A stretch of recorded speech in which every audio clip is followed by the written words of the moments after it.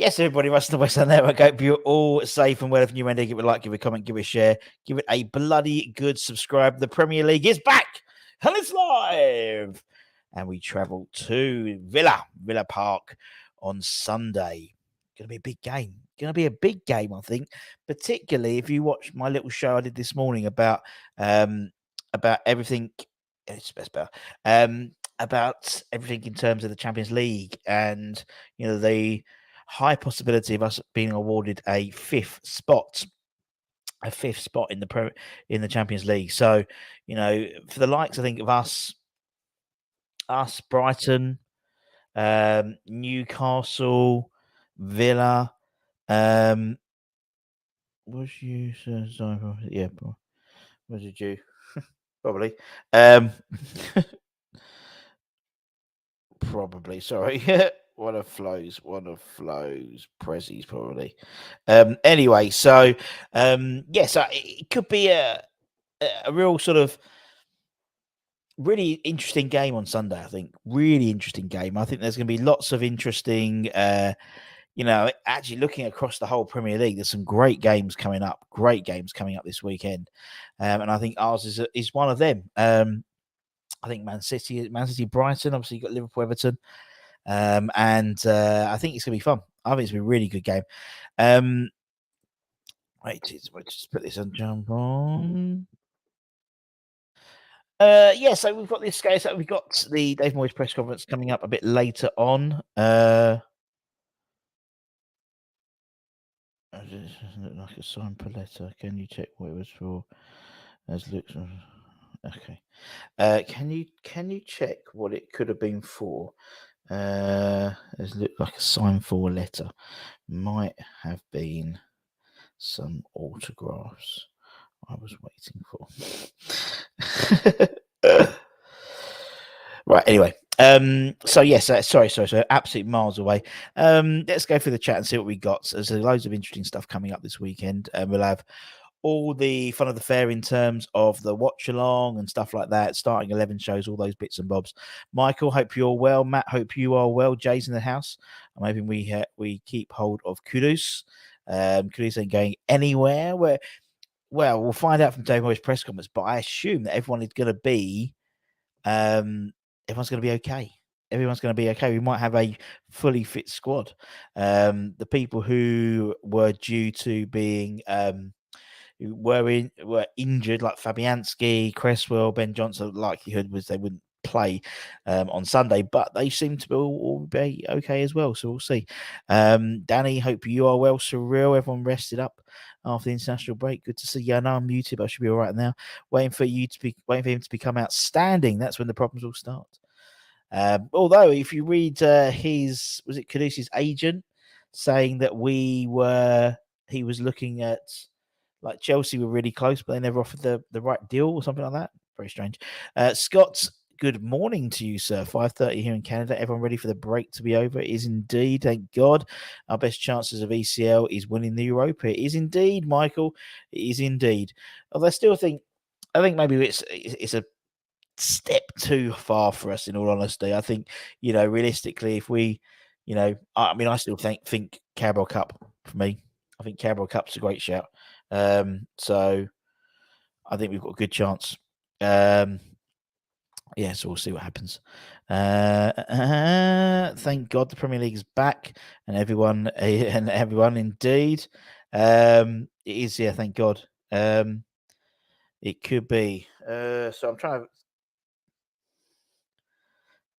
Anyway, miles away. Sorry. Hammers Mikey, evening all, even Russ received my goods. Good. I'm glad you got it. Predicting a draw against Villa, a 0-0 ball draw. We'll see. What we got here? Hello, lads. Hello, Jordan. Hope you are well. We are Villa's bogey team. We certainly are. They're not very good. Yep. Got, for fuck's sake, got the confirmation text. Was it Wednesday? I'd be surprised that's it, but anyway. Villa's basic. We are. I mean, we don't do well against them, but obviously Unai Emery is a very good manager. So it'd be interesting to see what happens there in terms of. I mean, they could have up to 4 players out at the moment. So we shall see. Anyone going to the game? Well, I'm not. I'm literally after this. So it'll be a long show today because I'll be jumping off and be going to the caravan because I've got to do the Dave Moyes press conference and I'm off to the caravan with the fam. Well, we have no bother predicting the lineup, anyways. Indeed, yeah, should be all right. Should be okay. It'll be interesting. Holly made a really interesting point when she did the show, was it yesterday, talking about Edson Alvarez. And the fact is we do have a lot of players who are very, very close to a very close to what's it called, a ban. And so I think we've got 3 players on 4 cards. So slight, it's a slight worry there. It's a slight worry in terms of knowing West Ham, the West Hamness in us. It will happen they'll all happen at the same time. And the next game we'll have 3 players without anything. So it'll be interesting to see what happens with that and how we manage that. But it's games like that, it's opportunities like that, which could mean that someone like Kudus could get some game time, or could start. And so, I mean, Krish Popat has asked, will Kudus start? I don't think he will. I think he'll keep it the same as long as everyone's back fit. Kudus didn't have a great game in the City's second international break game, in all honesty. So we'll see. I mean, I think unless there's a major change, which they won't be because it's David Moyes, I think it's a relatively, you'll probably guess the 11 now. Is Fab injured or being a crybaby? No, I think he's all right. He should be okay. Villa, Everton, Brentford, Burnley and Palace are our next games. How many points do you think we can nab out of those 15? I fancy us for a result against Villa. Everton, I fancy us a result at home. Brentford's away. I think Burnley's at home. Palace away, or is but the other way around. So I don't think realistically we should lose any of those 5 games. So I mean, Cyril's put 11. Aaron, good afternoon to you. 8 to 10. Cyril's gone for 9, 11. Would keep us up in top 8. Certainly would. Here we go. Alison, Russ, can you settle an argument I'm having with my cousin? Has he or hasn't he not, as Suchek, signed a new 4-year deal? We do not know. We have assumed by what people are saying, that by what the likes of X and people like that have said, that he has signed an additional 4-year to his deal. And indeed, that's been has been confirmed by multiple ITKs. There's been no announcement. And that's not unusual because don't forget last year, Aaron Cresswell was believed to be out of contract and Moyes just announced on a press conference that he'd signed a new deal. So it's not something that I would... It's strange how it hasn't been announced, but then it's not at the same time. We've got form. But apparently he has signed. And same with Antonio as well, apparently. Russ, if that Stein's on the plane asking for 2 seats on the plane for January for Antonio Benrahma and bring back Gizeme and Matson. I think Matson, I don't think we're going to get now by the sounds of it. He's just signed he's extended the contract at Chelsea. So sorry I'm late. Russ just got in from work on nights this week. Now I can relax, cup of tea, enjoy a show. Time to get back. I saw rumours of the Nigerians winding up the Ghanaians with Kudus Jan exit. Anyway, let's get a guest on. He's in the chat. He's let me bring him in. Let's bring him in. Where is he? Where's Kieran? There he is. Hey, Maka. How you doing, Spot? G'day. How are you doing, Russ? Yeah, I'm good. Been a while, mate. Yeah, I know. You've had your haircut and everything. Yeah, a little bit trim up the other week, mate. It's grown a bit since then. Yeah, a real tight shave up. Yeah, but yeah, and the sun is shining hard here, mate. We're coming into summer, and we're hitting 30 degrees already, and we're at six weeks away from summer. No, so my heart bleeds. We've got storm. I know. Storm Babbitt, whatever it's called. Babbitt. I love reminding you when you're coming into your winter. I love telling you that. Because I know you're going to be freezing your bollocks off very shortly. You better believe it. You better believe it. I know you better believe it. So obviously, if we've survived the international break, hopefully, by the sounds of it, back to the Premier League this weekend, isn't it, mate? Yeah, and we all look forward to it, don't we? Especially this game. I think this is intriguing. This game, this Villa game. I really, I think it's going to really dictate to us where we are. I think Villa, we're on par with Villa. I think we're in the same sort of working space, if you like, and I think we need to judge each other against each other because I think we're competing for the same spots. Yeah, the likes of us and Brighton, and I think we can compete with them. I think it's a tough game though. I think Villa are good. That Diaby's looking good for him. Watkins up front is, he's on a bit of a roll. So, it would be a good game. I fancy it. I fancy a result. Not necessarily a win, but I fancy not losing. But it will be a good indicator, I think, about where we sit in the league this year. Yeah, I agree, man. I think I know exactly what you mean. I think it's one of those games where it's a lot could happen, a lot could hit. I think you sort of, I think we've had quite not a rough set of games, but a trying set of games. I think after Villa, I think we've got more favourable set of games now. Although we do have a lot. We've got I think including the Villa game, I think we've got 7 games in 21 days before the next international break. So, including playing Olympiacos twice as well. But I think you're right. I think it really shows where we and also where Villa are this season as well after this result. I think if a result for either side sort of puts one over them in terms of sort of likelihood, as I said, Champions League could go to 5 places this year, and Europe can go to the 8th position, can get into Europe this year. So I think this is going to be us and the likes of Brighton and Newcastle and Villa. Yeah, that's our little group. I think this season. I think between that 5th and 8th spot is where we're going to be at. This is where we should be at, what we should be competing for, and hopefully we are. I know. I think Villa will be more scared of us now. We are European record holders, and they failed on their first attempts in the Conference League, and we had 16 attempts and didn't fail, and got to the 17th, and we're still not failing. But I'm sure they'll get better, Villa. But they'll be scared of us, mate. They'll be worried about us coming because they know we can compete now. They've seen Paquetá at his best. They've seen a little bit of kudos cameos coming on and showing a bit of a flair. I think they'd be worried. They're not guaranteed, but we're not guaranteed either. What we've got to do is stop shipping goals. If we can start getting a few more clean sheets, I think that makes us really competitive. Because I think we've probably let in too many goals this year, even though we've done well. We've had good results against Chelsea and Newcastle. We've done well. But we are shipping too many goals, and we need to tighten that up. If we can tighten that up, I think we're competitive to be, from 10 to 6. No, I agree. I agree. I mean, that's always, I think I've always said that sort of 6th to 12th position. That's sort of our mini league. Realistically, you might get a good season. You might get a good season where you break into, the top 5, but it's a rarity. I think you're right. I think I think that when we started off under Moyes, there was very much a keep it tight, don't concede a lot of goals, and we were nicking the games by the odd goal. And over the last couple of years, it has been prevalent that we are shipping more goals than we have done.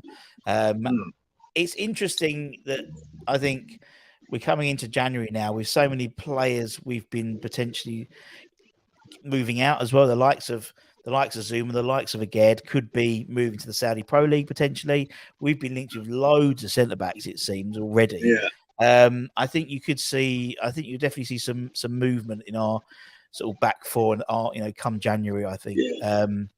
But you're totally right. We do need to shore things up, definitely. Yeah, it's hard to know. I know we're sort of set on Aged and Zuma, Russ. But what's your opinion? Because Aged is one of them. He looks the best centre half in the league, and then next week he looks one of the poorest. And I'm not sure that partnership is working. And I don't know. And Zuma, it scares me every time the ball comes to his feet. When you see him with the ball at his feet, he looks like a giraffe on ice. And he scares me. But he's a good centre half. They both are. Yeah. But I just don't think they're the perfect centre half. I felt more secure when Dawson was back there, to be honest. But yeah, I know what you mean. Yeah, I think they complement each other quite well in terms of Aged and Zuma. Yeah, when they're playing well, yeah. Yeah, exactly. I mean, when Zuma... Go on, Kieran. Carry on. I was about to say the two of them. It's like you've got Zuma, who's I think sort of more of an old school defender, more of a blocker, more of a lump, and Aged's more of a cultured centre half. A bit more progressive, and I think they do complement each other quite well. I think if you took either or out and replaced them with a like for like, so if you took Aged out and put a lump in, I think you'd lose something. And I think similarly, if you took Zuma out and put more progressive ball playing centre half in, you'll lose something in terms of that physical prowess as well. So I think they do he said when on form, but isn't that always with all West Ham centre halves and West Ham players? When they're playing well, they play really well, and when they don't play very well, they play absolute dog. And that is just West Ham, regardless of who that's what it is. We love that, really, don't we? Yeah. I mean, I love Dawson because I knew he was going to make a mistake every game, but he got away with most of them. Yeah, but he gave you more, didn't he? And the thing is, I haven't seen enough of Mavropanos now to say whether he's going to be a good fit or not. I need to see more, but obviously that'll come in time. But I don't know how it's going to work. I'm getting more I see Emerson, the more I'm impressed with him. I think he seems to have got better and better as he's gone along. And I think Soufal's regained a bit of form.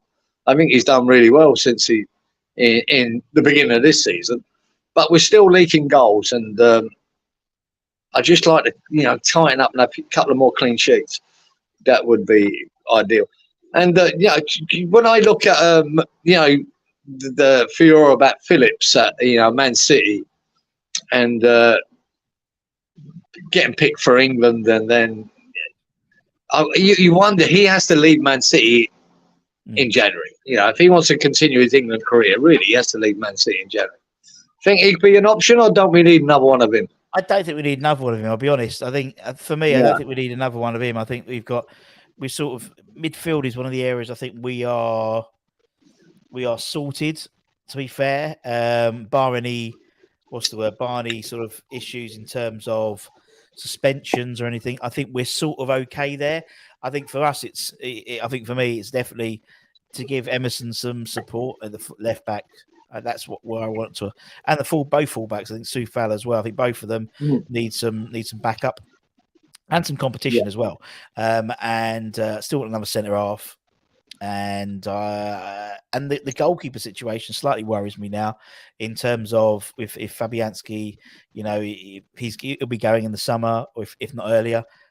We don't have a backup really. No. I wouldn't say Joseph. No. Joseph Anang's not good enough for a backup, and I don't think Nathan Trott is as well. I think we need a good second goalkeeper as well. So there's going to be quite a bit. We need to do, mate. Yeah, but I think it's great this season that we have got Fabianski and Ariola, because we got two, to me, first team goalkeepers on call, and we are a bit blessed with that. So you're right. That has to be addressed next year. If Fabianski leaves, we have to bring another one in. And I hope Mr. Steynton's looking at that already. He's got one lined up. I'm sure he has.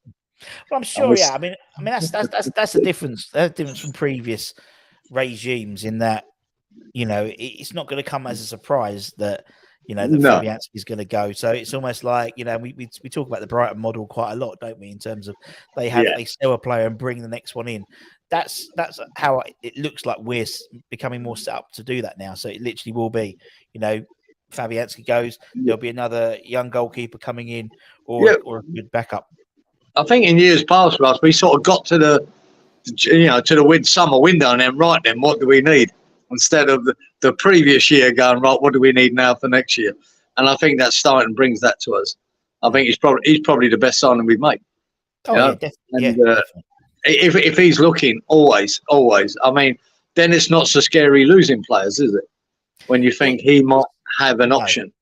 I mean, when you've lost someone like Declan Rice, and it hasn't. I don't think we've missed a beat really since he's left. Definitely not. And it's when you do that, once you see other, and because we are playing well, because we are, the team's doing what we are going to get sort of picked up by other teams in terms of, we'll mind a bit of a Ged, or we'll mind a bit of Bowen, or and yet that will happen, and that's the trouble. You want to play well, but at the same time, that puts you in the shop window, the players. But as you said, because of I think how we've utilised the Declan Rice money, if God forbid anything happened to and we sold a Ged, or we sold Zuma or Bowen or whatever, I'm confident of us reinvesting that to the best effort. Yeah, so. I am now for the first time, Russ. For the first time, I am now. I think the recruitment is key. It always is, isn't it? Managers live and die by it. But our recruitment since selling Rice has been superb. Alvarez and Ward-Prowse has filled that gap, and we haven't missed a beat. I've actually, we sort of look better because of it. We look more balanced, and lo and behold, Souček has sort of regained some form. So it's been a really good start to the season. I put my Moyes out banner back in the garage for now. So I'll bring it out when we lose 4-0 to Villa. But yeah, exactly. No, I'm not. No. He's doing all right at the moment. I'll leave him alone. Yeah, he is. I think he is all right at the moment. I think, as I said, it's for me now. It's how these next like 5 or so Premier League games pan out now. As I said, we got they're favourable in terms of they're not top 6. You got Villa above us, but Brentford, they haven't really hit the ground running yet this season, and Everton and Palace and Burnley, and these are types of games that we traditionally don't seem to pick up points in. And so exactly, and there's points to be had there, Russ, isn't there? There's points to be had. I mean, there really is. That could really define our season. Them half a dozen games, because. He's back. He got so excited talking about. The last 5 games. Kieran, that could define our season. We just went blank. I just think we're camping up really good points there. But it'd be nice to start with Villa to get something out of it. I fancy a 2-2 draw myself. I think we will concede, unfortunately. But I fancy we get us a couple of goals against them. And I'm just wondering whether it is time. Thinking about this international break, where we do leave Antonio on the bench and play Kudos for Antonio, and definitely play Souček. I don't want Souček out of this team at the moment, but I would think about resting Antonio because he's done his Jamaica run, and maybe Kudos and Bowen as a fluid front 2, and then bring Antonio on for the last half hour. Just for this one game. Because of this, because the last couple of times he's come back from the international break, he's been a bit slow and a bit sluggish. Yeah. So I just thought, it just might be, and plus it'll keep Kudos happy, giving him a start. Yeah, it might be worth a try. I don't know if Moyes will ever think that way, but probably not. Probably not. No, not, to be honest. I mean, when you look at it, obviously we got Olympiacos on Thursday, and so if you imagine if Kudus doesn't start on Sunday, he'll start on the Thursday. Then obviously we've got Everton at home, so it's not. And someone said, I think it was Holly made a really good point, saying it's not a case of being dropped, but it's a case of rotation. So it shouldn't be that if someone is dropped, if someone isn't in the starting lineup on Sunday, they've been dropped. It should be actually that it's been rotated, and that's how the exactly that. Now. Yeah. And exactly that's what I'm thinking. I'm not dropping Antonio. I'm just rest him and give him a half an hour at the end of the game. And like I said, him a half an hour of him in beast mode at the end of a game could be really productive. Yeah, might be worth a punt. I'll give Moisey a ring, see what he says. Yeah, have a word. I've been thinking. I'm sure he'll take your call. I'm sure it'll take absolutely, yeah. and it was nice to see you and Budgie back this week. Yeah, we haven't been for a while, mate. We've all had life get in the way, and it was great. Like I say, to catch up with you, Russ, when I was over there in England, and and Budgie and Titch and Gatesy and Duke, but the whole premise of that was to see my sister for a month, and she's, since then she has passed away, and mate, it served that purpose. So it was great to be there and to catch up with everyone, and I had a lot of good time with my sister, and spent a great weekend with her over in Portugal, and that was fantastic. So that all that out of the way, and it was one of them periods of life where it weren't the greatest, but it's done and dusted now. Yeah. So I thought we'd have a chat last night, and which we did. Good. And as I said, we're getting you guys back on the old network, on doing your old school hammers. Same thing, just different, just a different badge. Yeah, we'll pop on talk a load of bollocks. That's all right. Yeah, no problem at all. Right, you may get to bed. 10 o'clock, mate. 10 o'clock, yeah. Well, I tell you what, I'd be asleep by now. Honestly. There's many nights I am, mate. I've gone into this walking stage, guys. I haven't been doing enough, ladies. So I'm walking for about 6-7 Ks a day, just to get the limbs moving. So I'm feeling good. I'm feeling fit for it. I'm feeling better just to get out there in the sun and having a bit of a walk about. Lovely. So lovely. All right, bub. All right, mate. Take care, man. I'll see you All soon, the best. matey. See you later, mate. Bye, mate. Bye. There we go. Good old Kieran, all the way from Australia. Good day, sport. Nice, isn't it? It's nice. And as I said, we'll be getting the old school hammers. Budgie and Kieran will be back doing their thing. As of next week, possibly. We've got very busy in terms of the West Ham network. We've got some loads of stuff coming up, so it's almost going to be wall to wall almost. So Monday night, as of next Monday, we're starting our boxing show with Big Dave. West Ham boxing show, talking about all the stuff to do with boxing, and obviously highlighting any West Ham boys. Obviously, there's a lot of fighters, and there's a lot of trainers who are West Ham fans, and a lot of boxing and West Ham do go together quite well. There's a lot of boxing fans who are West Ham fans as well. So we thought we'd do that. We'll for the next few weeks try that, see if you guys enjoy that. That starts next week, and then we've got the old school hammers. We also will have hopefully Dennis and Bill doing a show as well, and then we'll have your West Ham view boys. They'll be back on Thursday. They've had a bit of life getting in the way. Irish Tommy on a Friday night as well. So literally, you won't just be bored of me, Anton, and Ollie. There's loads of faces. You don't have to watch everything, but there'll be lots of stuff for you to watch and consume. And also we'll have we should have some really exciting more guests coming on doing My Hammers 11s and just having a general chat. So the likes of, obviously we had Joe Cole on last week. So if you haven't seen that, go and watch that. It's great 2-part interview. And we've got some, hopefully next month, hopefully for the international break in November, we should have a really good celebrity guest coming on as well. So yeah, exciting times on the West Ham network. So I have a few comments. Rob says, we all rave about the academy players. When should they be brought through? Good question. I think the trouble is, and this is something that I think I spoke about with Joe actually in Joe Cole's interview. The way, and I've said this before, the way that the academy is set up, the way the youth team football is set up, the academy players will possibly, are the best players in their age group. But then you move up another age group and you move up to play against adults and you've got the physicality. And I think either you swim or drown in that physicality. And I think that's why, personally, I'm not in favour of keeping academy players in the first team squad if they're not starting.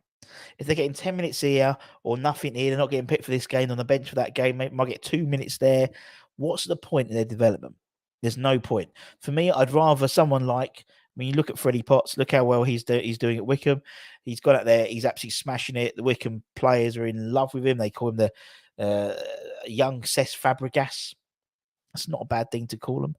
And I think you could do the same with Divine.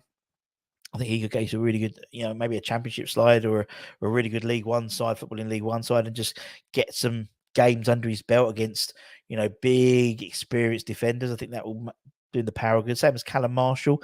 Yes, he's top goal scorer of the PL2, but really, what's the PL2 now?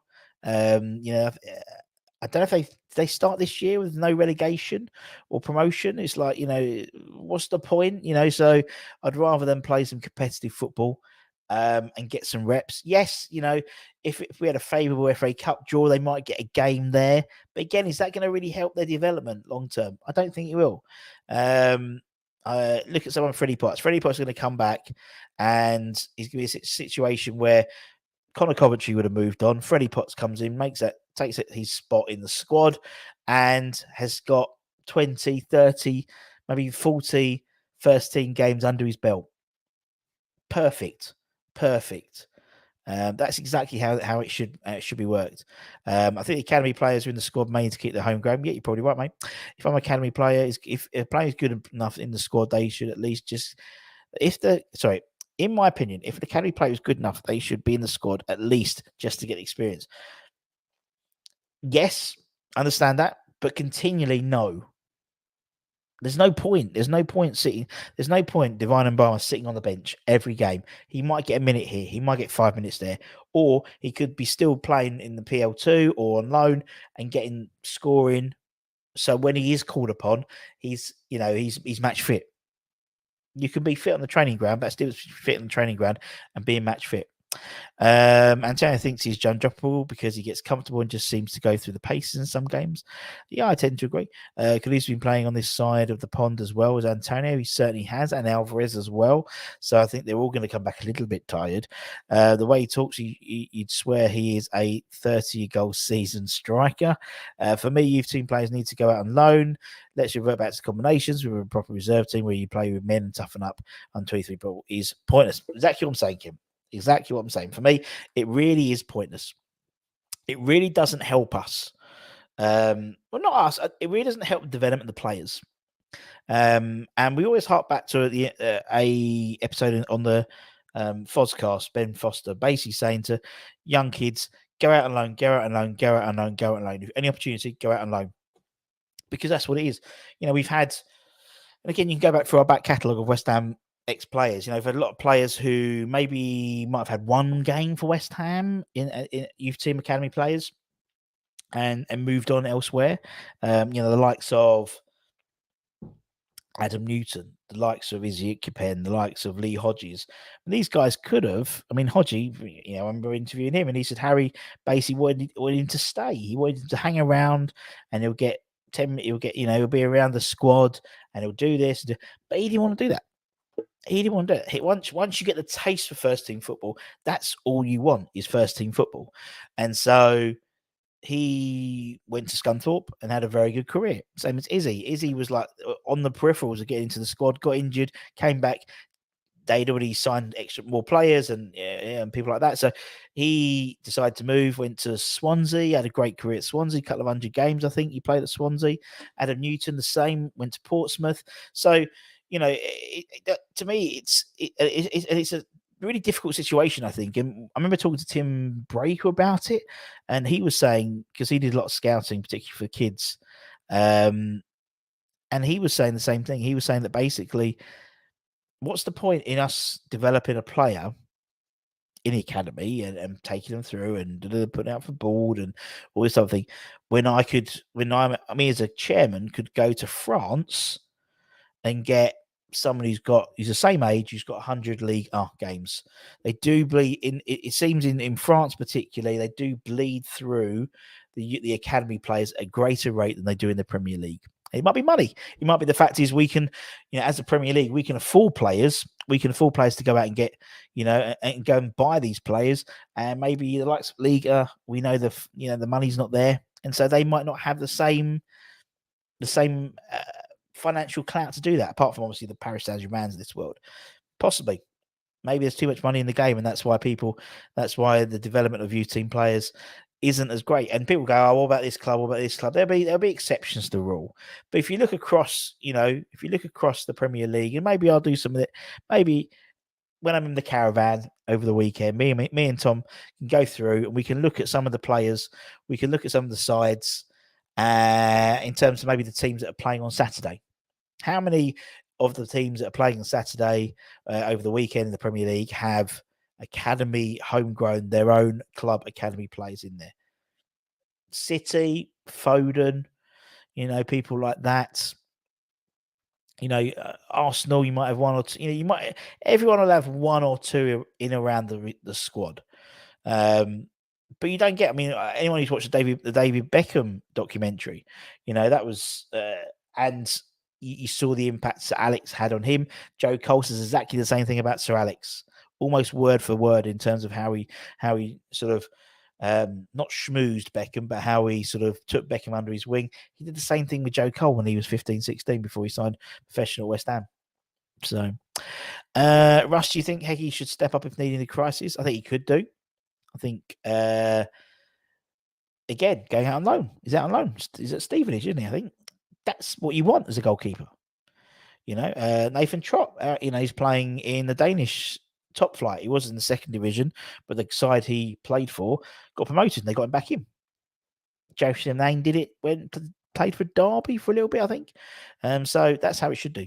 Although I agree, our youth team academy should go out low where possible. It becomes a problem if they have to work with a coach who doesn't value them or a team that uses the wrong system. That's why actually what's quite interesting is, as a department, the academy has a loan committee. And I think it's like Potsy, I think Nobes is on there. It's all like Kenny Keane, Kevin Keegan, Kenny Brown. And I think Mark Phillips is on there as well. And the idea is to assess the right places for these players for that exact reason. We want them to develop into good footballers. So I think we can play good football, apparently. So that's where Freddie went there. And so, yeah, it would be, they have to be matched the right place, but I totally agree.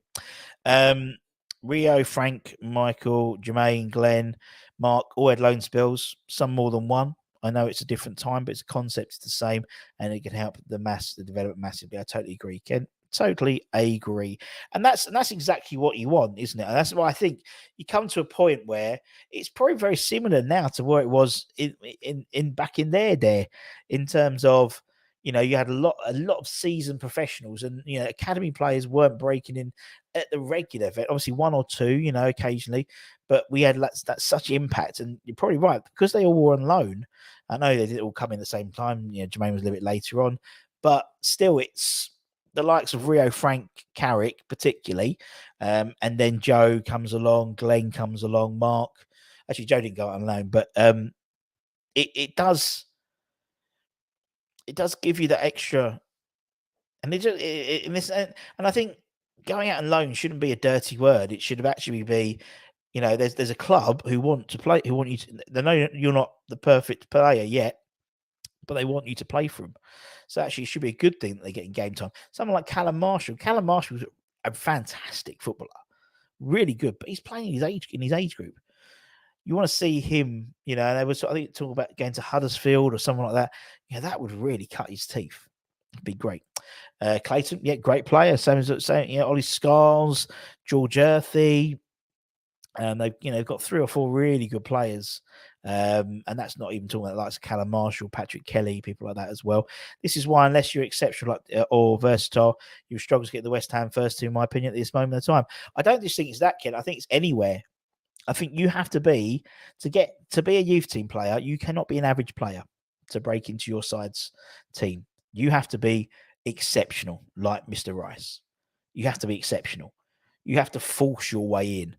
So I think it's actually harder for academy players now to get into the first teams of any club, not just West Ham, compared to any other side. You look at like Foden, for example. He had to be England international, really, and even he doesn't even get first team football all the time. You know what I mean? He'll get. They went and bought Kovacic. They went and bought So it's harder unless you are a very, very exceptional upper echelon player coming through from the academy. You're not going to get into the first team because clubs can go and buy players much more cheaper in France and in Germany, and that's why you look at look at Jude Bellingham, for example. Jude Bellingham had to leave Birmingham. So he went from Birmingham to Dortmund and then became a star in Dortmund, and then is now a star at Real Madrid. Would, if he had the same trajectory, if he stayed at Birmingham, maybe not. He might have got picked up by Liverpool, and he might have got some game time. But it's the way the youth team setup is in other countries. It means they naturally get in. It's all about youth team football. I mean, same as Serie A. Serie A put Donnarumma in goal. We wouldn't. There's no Premier League side would dream of putting like a young teenager in goal unless they are forced to, like Neil Finn, bless him, when he made his one and only first team appearance for the club. Good point. The big clubs already play their youth players. And I'm talking about the Premier League, because in the day, I've got the stat. Moyes has given more academy players their first team debuts than any other West Ham manager in the Premier League era, but they are all tend to be dead rubbers.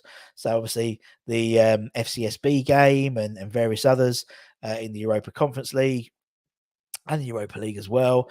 Obviously Carabao Cups and things like that.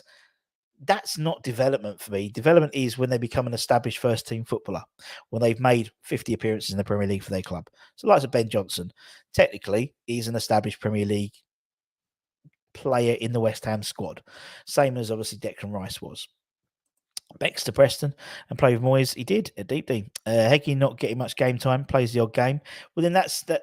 And then obviously they do have. So it used to be Pork and Chesky. I don't know who's the lone person now, but the idea is they keep an eye on all that type of stuff, and it could easily get recalled and sent back out on loan to another club if it's not working. Does our Austrian club connection give our academy player the option? It does. Although it hasn't been officially announced, very similar to the Thomas Souček contract, as well as Mikel Antonio's contract extension. We don't really know much about this. Obviously, Andy Irvine, technically one of our players. But yeah, that would definitely help. Definitely help. And the same way that Chelsea did it with Vitas Haram, didn't they? Arnhem, for example, they always sent all their players out to there. We could do the same with the Austrian Super League. Why are we the only team playing Sunday when we have a midweek game? Villa have a midweek game as well. There we go. Villa as well. Youth team who went to calling, not getting a look in. There we go. Fans that realise a step up from 23s is little boys with 0 fans. Totally right. Do we have a link up with Dagenham? No, we don't. Not I'm aware of. Not an official one. Worryingly, Marshall's contract up next year. Needs to get him to sign up. Will be better than Mbama. And Mbama's contract is up this season as well. Sorry. I said Clayton. Sorry. Number 41 breaking into the first team was more by accident than design. And that's what I mean. That's what I'm saying. Acid. It's usually something like a suspension or a new manager or desperation. There's a reason why they just fuck it, just do it. But those are the ones which can make a difference. Sorry, the Caravan. Sorry, Caravan is in Caister, down Norfolk. Hi, old school through us. I think young players still clean their senior boots and do other things to help. Too easy from what? So yeah, don't do anything. Jubetta's amazing, but will be out of this world at his peak. Totally agree. Italian job with no money, so forced to use youth. There we go. Exactly. How are Olympiacos doing these days? Well, we'll definitely have. We've got a Olympiacos fan channel coming on next week, so you'll know all about that. So Antonio didn't. So what? I don't know. I think he has. I don't know. As much as I agree with youth development, I think a lot of if you can be sold if the affiliated clubs are at a high level, Ipswich and Essendon respectively. Yeah, fair play. Got to stop buying illicit substance in the co-op then. Have you covered rumours? Are we trying to get rid of Oggy in January? We're not doing any rumours. Tomorrow morning we'll do a little bit of an update show. In terms of Oggy, I think he's one of several, as Holly said the other day, we could have up to 11 players out of contract this summer. We do have options on the others, although that includes Souček. We haven't officially, but apparently we have offered. He has got a new deal, which was like 10 weeks ago. Sam's Antonio, apparently. We've got options on Sufal, options on. I think that's it, really. So, likes of Fabianski, Joseph Anang, Cresswell, Oggy, these guys are all out of contract in the summer, and Barmer's out of contract in the summer as well. But yes, believed he's offered a new deal. Yeah, there could be a lot of jiggery pokery, and also the manager as well. Isn't it? It's a trouble. Olympiacos top of the league. There we go. We'll find all about them. Food won't get stuck in your beard now. I know. I've got a bit short. I've got under here. Got a really fat chin now. Oh, that's even worse. Just do that. Russ, do you know if the Tony deal could still be on, mate? I'll be very surprised. To be honest. But you never know. Football's a funny old thing, isn't it? Can I just say, stunning graphics next to your beautiful head, Rusty B. Thank you much. Yeah, try and jazz it up a little bit more, innit? Try and jazz it up, keep it a bit fresh. You know, it is back. The EPL is back. Anyway, I'll be back in a bit with Hammer's Headlines doing the David Moyes press conference. And yeah, keep an eye on the channel. Keep an eye on the channel. All good stuff. As per usual, thanks for joining us. If you're new around here, thanks for joining us. Hopefully you enjoy what we do. Don't forget to like, comment, share, all that good stuff. And I'll be back later on. And yeah, take care. Stay safe. Stay warm. Stay humble. Keep the faith, my lovely friends. And I'll see you very, very soon. Take care. All right.